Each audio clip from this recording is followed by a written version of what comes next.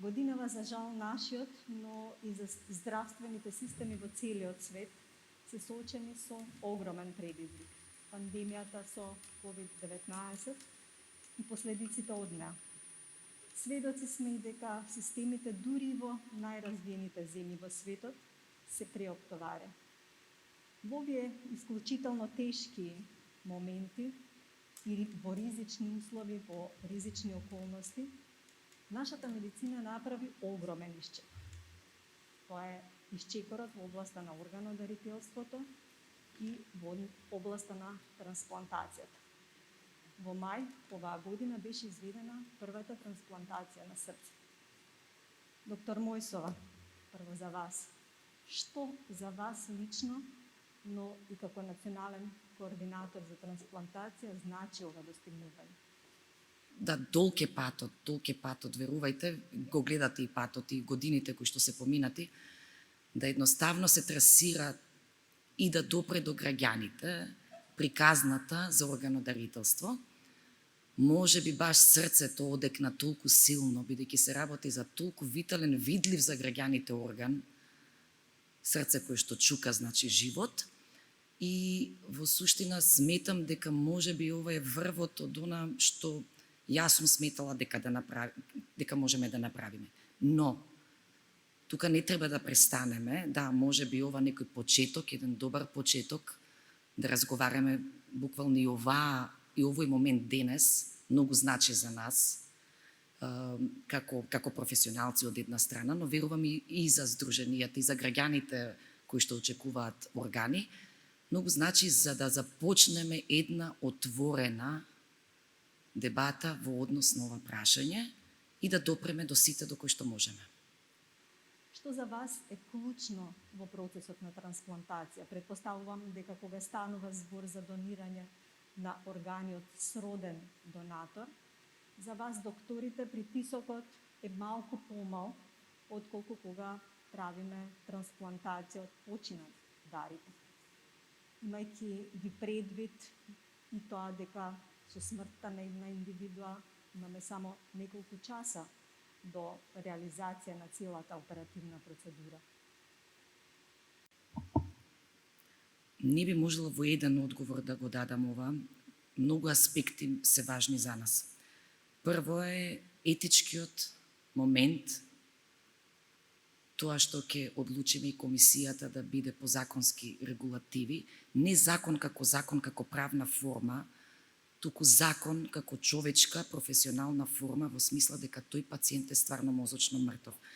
Тоа е за мене можеби најважниот момент и тоа е едно нешто на кој што многу работевме овие години, но тие разговори се едноставни, разбирливи. Фамилиите обично знаат за што зборуваме и тоа нас ни олеснува целиот разговор. Верувајте, не е лесно да застанете пред семејствата и да дискутирате на оваа тема. Едноставно, ние си знаеме како се чувствуваме кога ќе го направиме тоа. Да. Првата трансплантација на срцето, освен стручноста на лекарите, покажа една друга димензија, човечката димензија. Покажа дека кога се работи за спасување на еден човечки живот, секој настрана ја остава суетата. Доктор Јовев, во тимот во кој што работевте за оваа сложена процедура, вклучивте доктори и од повеќе здравствени установи, од јавното, но и од приватното здравство. Како се одбиваше координацијата меѓу вас?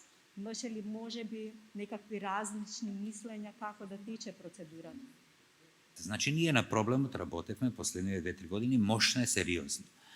Кога дојде момент, кандидати има повеќе, кога дојде момент да имаме донор, во совршена добра координација со координаторот за трансплантација на нашата држава, ние се охрабривме, бидејќи бевме спремани до тогаш дека треба и дека можеме да направиме таа трансплантација.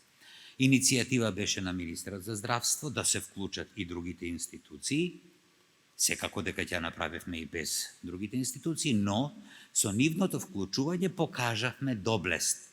Покажавме дека е пациентот најважен и покажавме дека може да се соработува. А како одеше таа соработка? многу едноставно, се разбиравме едноставно со погледи, затоа што науката е наука, а суетите се суети. Значи, како соработувавме, сосем едноставно, затоа што ако имате по неколку професионалци од секоја институција, се разбира дека ги мислите истите работи и дека во интерес на пациентот и на она што е државен интерес, ќе направите се што е најдобро и тоа многу лесно ќе го направите. Годинава беа спасени и 9 други лица, кои по долги години на диализа добија бубрек. Кај 5 од нив имаше пресаден бубрек од сроден донатор, додека кај 4 од починати наши сограѓани. Трансплантацијата на бубрек од сроден донатор кај нас, доктор Дохчев, поправете ме ако грешам, меѓутоа се работи повеќе од 40 години. Од 77. Така. Каде е нашата земја во споредба со регионот, со околните држави? За последниве 7-8 години навистина стана еден бум, еден ек на трансплантационата хирургија. Допред, да кажам, 2011 и ја бев член на тимот, под раководство на тогашниот шеф на тимот професор Попов, направивме енормен број на трансплантации. Значи, од 90-та година до тој период настана 216 трансплантации, што е една импозантна бројка за период од 15 години.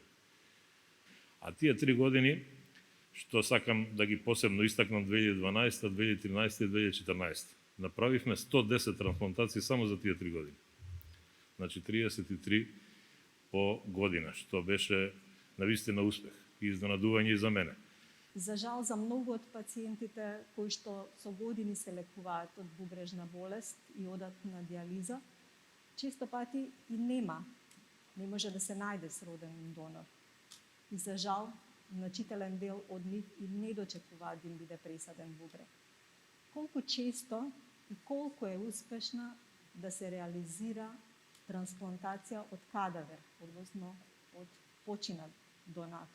Повторно, сега ја оживувавме последниве неколку години, кадаверична трансплантација посебно. А посебно сакам да го истакнам овој период кога живееме и работиме во ова светско зло, што не снајде сите пандемијата на COVID, успеавме да направиме 4 трансплантации на бубрези. Според измените на законот за земање и пресадување на делови од човечкото тело заради лекување, од 2013 година, се извинувам, донатор на орган може да биде секој човек, доколку починатиот, додека бил жив, изричито не побарал писмено, со изјава која што е заверена кај нотар, да се спротивстави на тоа. Но секако по смртта треба да се земе во предвид и барањето на најблиските, на семејството.